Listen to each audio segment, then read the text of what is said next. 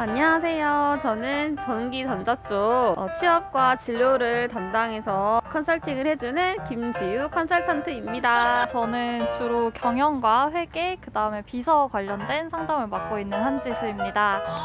학생들이 오면은 그 1대1로 이렇게 취업 컨설팅을 도와주는데 대표적으로 입사 지원서를 작성하는 방법 알려주고 자기소개서 작성 및 첨삭을 도와주고 있어요. 그리고 이어서 뭐 면접이라든지 인적성 검사하는 관련돼서 이제 상담을 해드리고 있고, 최근에는 이제 AI 면접, 이런 맞아요. 화상 면접도 있어서 취업 전반에 대해서 상담을 하고 있다고 생각하시면 될 것 같아요. 그럼 되게 많은 학생들을 만나실 것 같은데 7, 8개월 정도 됐는데 그 가운데에서 대략 한 1000건 이상은 지금 상담을 다 하고 있는 것 같아요. 7, 8개월 동안 1000건을 상담을 한다고요? 네네네네. 그 정도 거의. 최근에는 이제 메타버스 활용해서 게더타운을 이용해가지고 뭐 취업 설명회라든지 아니면 상담을 하는 것도 이제 추진을 하고 있습니다.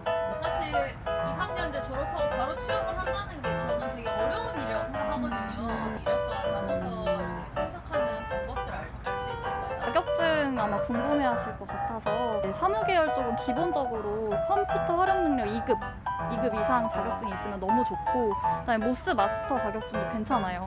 그리고 전산회계 2급 자격증이 있으면 아무래도 사무 쪽에서는 쉽게 입직을 할 수가 있거든요. 그래서 전자전기 쪽, 공대 쪽 관련한 자격증은 전기산업기사 자격증 따고요. 산업안전 기사 자격증도 많이 따는 편이고, 스펙을 높이고 싶다 그러시면 영어까지 따시는 편인데, 토익 스피킹이나 이런 오픽을 많이 보는데 토익 스피킹보다는 오픽이 좀 단순한 편이어가지고 오픽을 좀 더 추천을 하는 편이에요.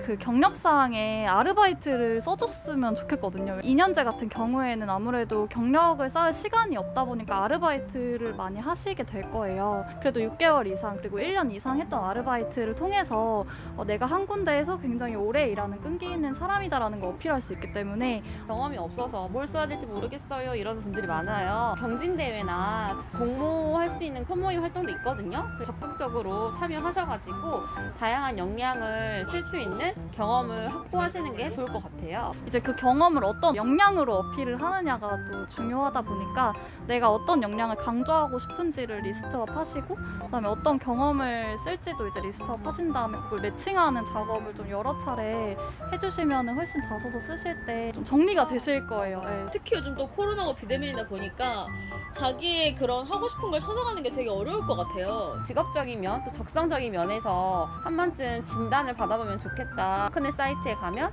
직업 선호도 검사하는 게 있어요. 그래서 꼭 받아보기를 추천을 드리고 있고요. 호텔과 같은 경우에는 이제 코로나 때문에 휴학을 하는 친구들도 많았고, 공백기에 대해서 항상 이게 이슈가 되고 있거든요. 졸업 후에 공백기를 가질 계획이시라면은 특별한 활동이 아니더라도 아르바이트라도 뭔가 앞으로의 진로와 연관된 쪽으로 잘 구하셔서 열심히 일을 해보시거나, 파견직이나 계약직으로라도 한 6개월 이상 일해보시는 것도 굉장히 추천드리고 있고요. 공무원 시험 준비를 한다든지 뭐 자격증 시험 준비를 하신다든지 하면 혹시나 불합격하더라도 너무 이렇게 취업에 대해서 맞아요. 앞으로 못한다 이렇게 자책하지 마시고, 그 기간 안에서 스스로 실패를 통해서 배우신 것들이 있을 거예요. 그래서 그거를 꼭 정리를 해두셔서 다음을 도약하기 위한 기회로 삼으실 수 있었으면 좋겠습니다. 되게 이렇게 상담해주면 힐링되겠다. 그러면 막다될 것 같지 않아요? 그러면 너무 좋죠. 네, 그러면 좋죠. 편입 혹시 편입 하고 맞아. 싶어하는 친구들도 있어요. 2년 정도 공부를 했는데 이제 과 적성도 맞고 또 이쪽 분야로 더 다양한 일을 해보고 싶은 마음과 열정이 들어서 편입도 고민을 하시는 거거든요.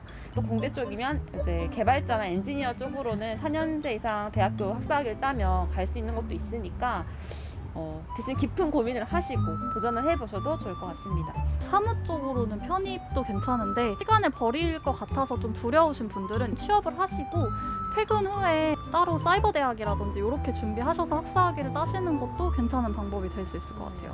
면접 현장에서도 자기소개서를 보면서 면접자가 질문을 많이 해요. 선생님 저는 경험이 없다, 진짜 쓸 말이 없다 이런 친구들이 정말 많거든요.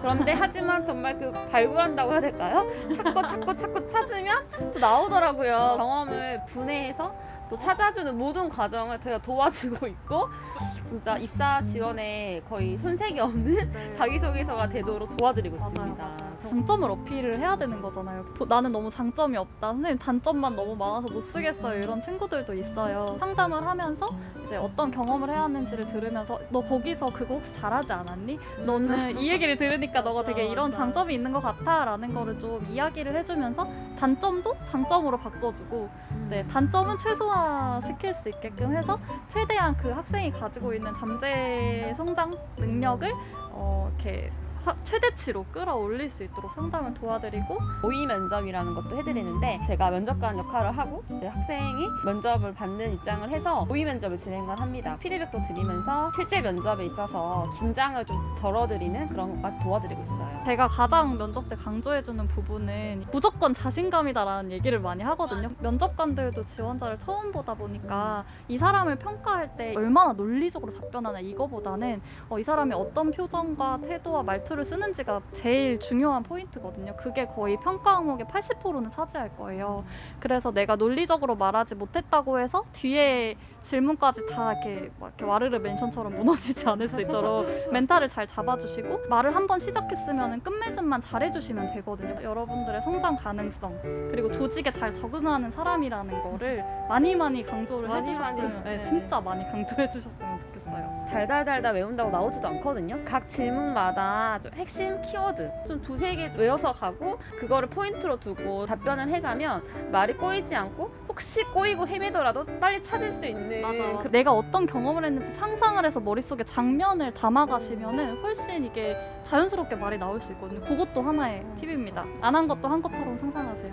좋은 사례들이 있었을까요? 졸업생이었는데 공백기가 너무 길어서 취업에 대한 자신감도 떨어지고 입사 지원 자체도 하고 싶지 않다라는 생각을 한 친구였어요. 얼마 안 남은 20대이기도 하니까 최대한 지원을 해보라고 적극 좀 독려를 많이 했고 공백기 동안에 그래도 영어 토익 공부를 열심히 해서 높은 토익 점수를 보유하고 있었더라고요. 이 기업에 도움이 되기 위해서 한 거라는 식으로 좀 더 많이 풀어서 이렇게 설명을 하게끔 했고 영어라는 특기를 강하게 어필하기 위해서 자기소개도 준비하라고 했어요. 영어 자기소개를 합격을 했더라고요. 진짜 첫 입사 지원이었는데 그래도 대기업에 바로 이렇게 간 거를 보고 너무너무 고마워했고 전문대생들이 아무래도 고등학교 끝나고 바로 왔잖아요. 대기업 입사할 때 고등학교 출결을 많이 보는 편이에요. 출결이 너무 좋지 않아서 걱정을 한 친구들이 되게 많아요. 너희에겐 대학생의 시절이 있고 또 이 시절 동안 성실성을 어필을 하면 된다. 학점이 좋으면 학점 부분이라던가 또는 성실하게 학교 생활을 한 부분 이런 부분들을 최대한 자기소개서의 강점으로 쓰게 하고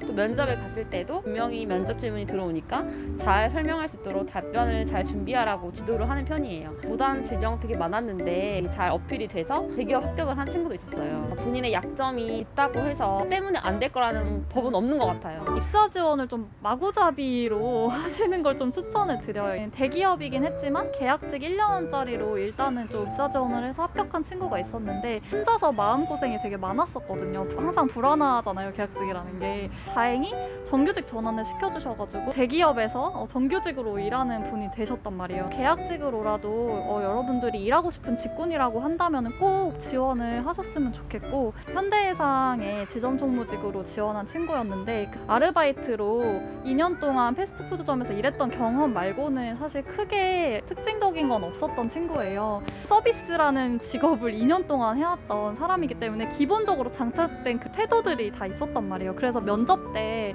그 친구의 그런 서비스 태도들과 그 다음에 말을 뭔가 이렇게 잘하는 그런 모습들을 보고 지점총무보다 좀 더 높은 직무로 발령이 났거든요. 그래 사람 일 어떻게 될지 모르겠어요. 네, 어떻게 될지 모르기 때문에 최대한 본인의 역량을 적극적으로 어필을 하시는 게 굉장히 중요하고 졸업하시기 전에는 당연히 정규직 쪽으로 많이 지원하시는 게 맞고 그 이후부터는 계약직으로 그 다음에 대기업인데 계약직으로는 많이 안 뽑고 파견직으로라도 꼭 한 번씩은 일을 해보셨으면 좋겠어요. 뽑는 사람 입장에서도 얘가 과연 잘할 수 있을까라는 불안감이 있거든요. 6개월이라도 일한 경험이 있다면 그거 믿고 뽑아주시는 거거든요. 사무직은 경력자들이랑 싸워야 되는 건들이 많기 때문에 경력자들이 발견하지 못하는 채용 정보도 당연히 여러분들 알아두시면 너무나도 플러스가 되는 거고 마음에 안 드는데 입사를 했더라도 최소한 6개월 이상은 버텨주셨으면 좋겠어요. 경험하는 거 말고는 확실히 나에게 맞다 아니다라고 얘기할 수 있는 게 없기 때문에 사람들이랑도 좀 어른들이랑도 지내는 걸 좀 배워보면서